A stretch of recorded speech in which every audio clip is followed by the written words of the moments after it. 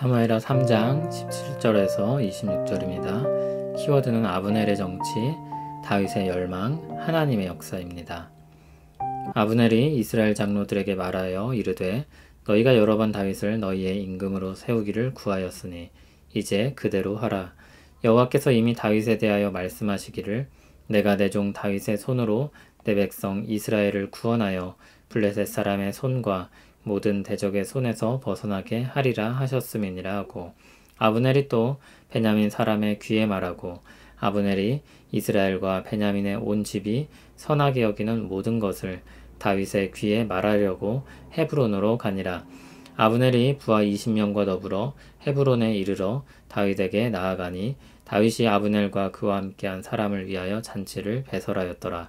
아브넬이 다윗에게 말하되 내가 일어나 가서 온 이스라엘 무리를 내 주 왕의 앞에 모아 더불어 언약을 맺게 하고 마음에 원하시는 대로 모든 것을 다스리시게 하리이다 하니, 이에 다윗이 아브넬을 보내매 그가 평안히 가니라. 다윗의 신복들과 요압이 적군을 치고 크게 노력한 물건을 가지고 돌아오니 아브넬은 이미 보냄을 받아 평안히 갔고 다윗과 함께 헤브론에 있지 아니한 때라. 요압 및 요압과 함께한 모든 군사가 돌아오매 어떤 사람이 요압에게 말하여 이르되 넬의 아들 아브넬이 왕에게 왔더니 왕이 보내매 그가 평안히 갔나이다 하니, 요압이 왕에게 나아가 이르되 어찌하심이니이까? 아브넬이 왕에게 나아왔거늘 어찌하여 그를 보내 잘 가게 하셨나이까? 왕도 아시려니와 넬의 아들 아브넬이 온 것은 왕을 속임이라. 그가 왕이 출입하는 것을 알고 왕이 하시는 모든 것을 알려 함이니이다 하고, 이에 요압이 다윗에게서 나와 전령들을 보내 아브넬을 쫓아가게 하였더니 시라 우물가에서 그를 데리고 돌아왔으나 다윗은 알지 못하였더라. 아멘.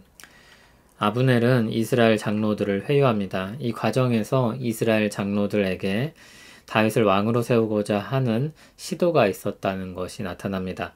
그러면 그전에는 누가 그것을 막았을까요?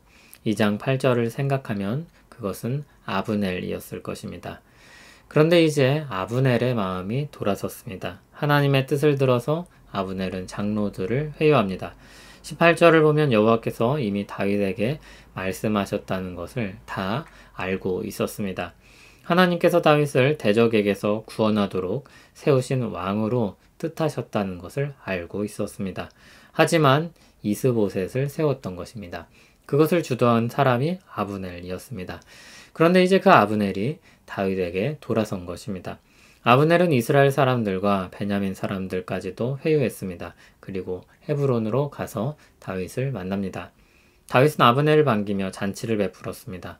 아브넬은 장로들을 회유한 일들을 이야기했습니다. 21절을 보면 주어는 나입니다. 다 자신이 주도하고 있다고 말하는 것입니다. 이스보셋을 세운 일도, 그리고 지금 다윗에게 사람을 돌리는 일도 아브넬 자신이 한 것입니다. 다윗은 아브넬을 평안히 돌려보냈습니다. 그런데 뒤늦게 요압이 싸움을 싸우고 전리품을 가지고 돌아왔습니다. 이때 아브넬이 왔던 일과 벌어진 상황을 알게 됩니다. 요압은 분노했습니다. 요압은 자신의 동생이 죽은 일로 복수심에 불타고 있었습니다. 또 그는 아브넬을 믿지 않았습니다. 요압은 다윗 몰래 전령을 보내 아브넬을 쫓아가게 하여 붙잡습니다. 다윗은 무슨 생각을 가지고 있을까요? 앞뒤 흐름을 보면 다윗은 나라의 통일에 주된 관심을 가지고 있습니다. 나라를 하나로 모을 수 있다면 아브넬까지도 포용할 수 있는 것입니다. 오늘 말씀에서 드러난 정황을 보면 사실 통일에 가장 걸림돌이 되는 사람은 아브넬이었습니다. 그런데 그의 영향력은 엄청났습니다. 다윗은 그를 정치적으로 감싸 안고 통일 왕국을 이루고자 했을 것입니다. 단지 큰 왕국의 왕이 되기 위함이 아니라 하나님이 세우신 나라를 세우고자 하는 열망이었습니다. 한편 요압은 훌륭한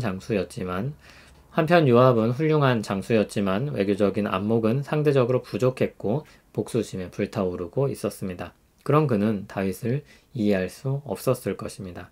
아브넬은 어떻습니까? 자신이 마치 하나님의 최측근인 것처럼 행세합니다. 영향력이 큰 만큼 그의 의도대로 일도 진행됩니다. 다만 그의 생명만 빼고 말입니다.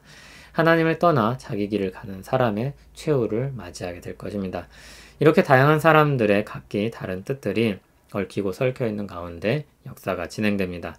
그리고 그 안에서 하나님의 뜻은 이루어집니다. 누가 이와 같은 역사를 이루어낼 수 있을까요? 하나님의 깊은 지혜와 놀라운 권능 외에 이 역사를 기적할 수 있는 분은 없습니다. 하나님의 역사는 멈추지 않습니다. 하나님은 실패하지도 않으십니다. 하나님은 실수하지 않으십니다. 그런 가운데 사람들은 자기 길을 선택합니다. 그 길이 하나님 편에 선 동역자의 길일 수도 있고 그저 아브넬처럼 자신의 뜻을 하나님의 뜻으로 포장한 위선자의 길일 수도 있고 아예 하나님과 무관하게 분노가 가득했던 요압과 같은 복수자의 길일 수도 있습니다. 크게 두 길 외에 없습니다. 하나님의 길과 그렇지 않은 길입니다. 조금씩 크고 작은 선택들 속에서 하나님의 편을 택하려고 해야 할 것입니다. 힘이 있고 뜻대로 될 때 하나님을 의식하고 자만하지 말아야 합니다. 분노와 같은 감정에 사로잡혔을 때 그 생각을 발전시키지 않도록 기도하며 마음을 다스려야 할 것입니다. 하나님 편에 서기 위해 힘쓰고 하나님 뜻을 헤아리기 위해 말씀을 읽고 묵상하며 하나님 뜻을 행하기 위해 기도하는 신자에게 하나님이 함께 하실 것입니다. 하나님 역사에 동참하게 하시고 영광스러운 현장에 서게 하실 것입니다. 하나님 편에 서길 원합니다. 창조주이시며 구원자이신 하나님이 이끄시는 역사에 동참하길 원합니다.